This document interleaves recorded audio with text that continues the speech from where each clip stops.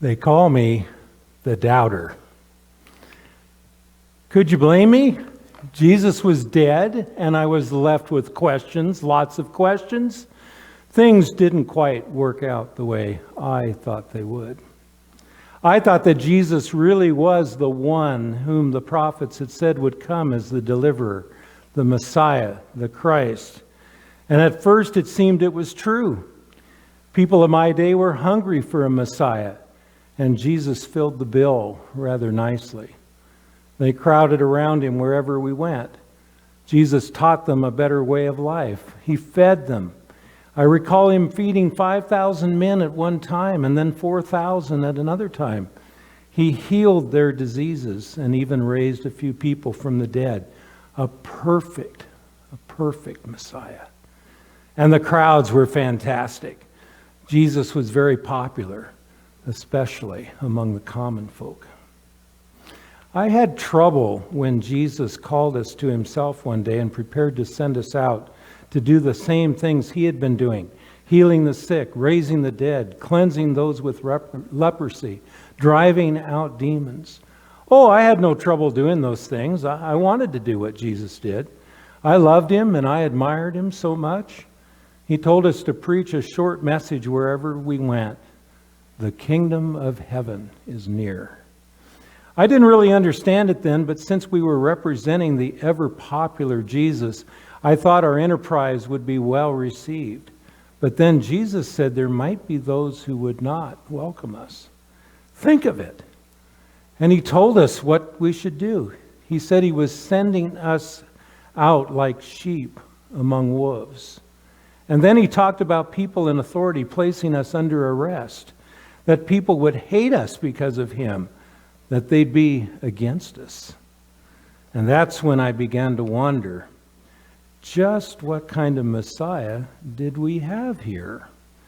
I should have known something was up, because before Jesus appointed me and the 11 others that he designated as apostles and then told us what I've just told you, he prayed to God all night long. Jesus was a man of prayer, but even this seemed a bit unusual. Well, from that point, I began to notice that as popular as Jesus was with the common folk, he wasn't popular at all among the super religious people, our leaders among the priests. These Pharisees and Sadducees would try to trick Jesus and entrap him. They'd pretend to be interested by asking questions, but they already had their own answers. Hey, I'm known as a man who asks a lot of questions. But I ask because I don't know the answers, and I really want to know. But not these Pharisees. The stronger this pressure was, the more candid Jesus was about his claims to be the Son of God, the Messiah. And the more convinced I was that he was telling us the truth. I saw his miracles, and I heard him teach, and I heard him tell us things as if he really knew firsthand what he was talking about. Not like these Pharisees. One day, during the Feast of Dedication, you'd know it as Hanukkah, we were in Jerusalem, in the temple, and in response to the people's demand that Jesus tell them plainly whether he was the Christ, he said, "Yes, I and the Father are one. I have the power to give eternal life to the sheep of my flock. I have done miraculous signs to demonstrate whose power I possess." Well, they understood him. He was claiming to be God. And they didn't like it at all, not one little bit. They grabbed heavy stones and were getting ready to kill him right then and there. But another miracle happened. He escaped, and so did I and my companions, the other disciples. We went back across the Jordan River where John the Baptist had done his work. And there the common people came, and we had some peace. It was just too dangerous now to be in Jerusalem. At that time, there was really no need to be in Jerusalem. Many people came to Jesus at the Jordan, and many believed in Jesus there. The word came from Mary and her sister Martha that their brother Lazarus, Jesus' good friend, was sick. Well, after 2 days, Jesus decided we had to go back to Judea to Bethany. Hey, wait a minute, Jesus. That's only 2 miles east of Jerusalem, and you know who's in Jerusalem? Those people who want you dead. That's what the other disciples were thinking, and they were awful nervous, to say the least. So we raised our concerns, well, you might as well call them protests, about this plan. But Jesus was not about to change his mind. He spoke in picture language, something that he liked to do. Sometimes I felt that he wanted to keep us confused. But he spoke in that picture language, and this time he said something about Lazarus being asleep and Jesus needing to go wake him up. Seeing we weren't just getting it, he spoke plainly and told us Lazarus was dead. Knowing Jesus was going to go regardless, and sensing our band of disciples needed some courage, I jumped in. Let us also go, I told everyone, that we may die with him. Oh, I was so proud of myself for that quotable statement.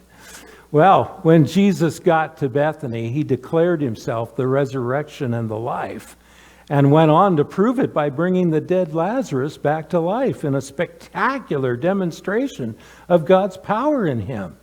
As much as it brought joy to Lazarus' household, our enemies in Jerusalem began to plot against Jesus, arranging for his arrest after he entered the city triumphantly amid waving palm branches and shouts of Hosanna. Well, the resistance was getting stronger, and Jesus spent less and less time with the crowds and more time exclusively with us, his disciples. I could feel the momentum building, closing in on a climax. We all knew that this particular week would not leave us the same. Thursday came with our private celebration of the Passover, sequestered away from the crowds and the opponents in the Jewish leadership. Jesus washed our dirty feet, showing us his loving concern from a servant's heart. Then he told us Judas would betray him and that Peter would deny knowing him. No, it's preposterous, I thought. But it was during our supper that a heavy spirit settled in on us, and especially me. Jesus was talking about going away to prepare a place for us and then returning for us. This was supposed to comfort us, but I couldn't be comforted with that because Jesus was going to leave us. He was taking off on us, and I didn't want him to do that. Then he said, "You know the way to the place where I am going." Well, I couldn't stand it any longer. "Lord," I said, "we don't know where you are going, so how in the world can we know the way? We'll never find the place," I thought. But Jesus had an answer for me. He said, "I am the way, the truth, and the life. No one comes to the Father except through me." I got it into my mind that Jesus is the way. And after that, events seemed to happen all at once. Jesus had much to tell us before we all went out to the Garden of Gethsemane. There, after a time of prayer, Jesus was met by a contingent of soldiers who were accompanied by the betrayer, Judas. My Lord was arrested and then taken to the high priest, and then to the Roman governor, Pontius Pilate, and to King Herod, and back to Pilate, from whom the awful sentence came down, crucifixion. But Jesus wasn't guilty of anything wrong. While he was being nailed to the cross, most of us were in hiding. John, who witnessed what happened on Calvary, called us together and gave us the sad news. Jesus was dead. His body placed in a tomb carved from rock, and a heavy stone rolled into place. With his death came the death of our hopes, our dreams, and our expectations. We would never see Jesus again. I felt as if someone had shot an arrow through my heart. All of my fears had been realized. What I thought could happen and worse did happen. And what would become of us now that Jesus was gone? We had walked the dusty roads of Palestine for more than 3 years together. But for what purpose, after all? What did it all mean, especially now? Well, I had to get away for a while to process this. The course my life had been on had suffered a reversal. I would never be the same again. I had to think this through. I had left the others in the upper room. It was the first day of the week, 3 days since my beloved master was put to death. And when I returned, well, I wasn't any closer to resolving my troubles. But when I rejoined the disciples, it seemed like the mood in the upper room had changed. Something happened while I was gone, and it didn't take long to get a report. In fact, the others couldn't stop talking about it.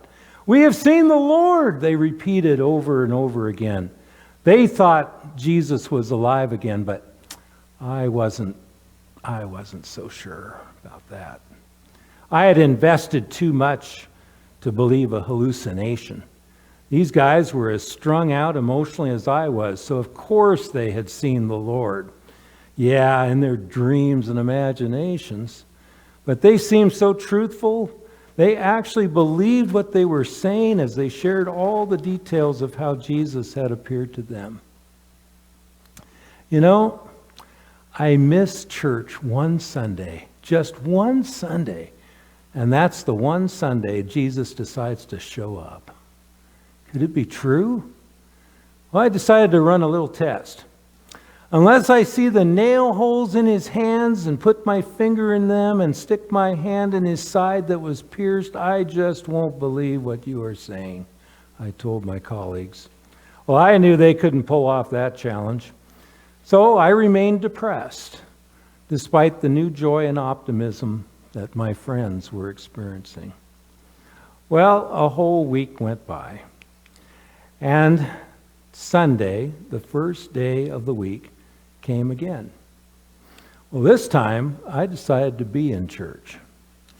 These guys couldn't stop talking about Jesus being alive again, and I couldn't stop not believing. Just when I was about to repeat my challenge of the previous week, it suddenly got quiet, and I heard a voice. Now, where had I heard that voice before? The voice said, "Peace be with you." I turned around and I saw Jesus coming straight for me. It was no ghost, but a real living man. He spoke to me, "Thomas, put your finger here, see my hands, reach out your hand and put it into my side. Don't be unbelieving any longer, but believe." Well, Jesus had accepted my challenge.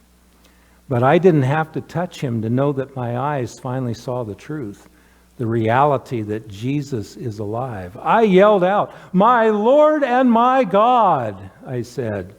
I knew who he is, and he responded, "Because you have seen me, you have believed. But blessed are those who believe without seeing." Then it made sense. Jesus, God in human flesh, had died by his own choice to give us eternal life in his name. And he defeated death by returning to life. The key to having his life forever and having him be ever present with you is to believe, even when you're not permitted to see. Because of his resurrection, I am no longer a doubter. Jesus has exceeded all my original expectations.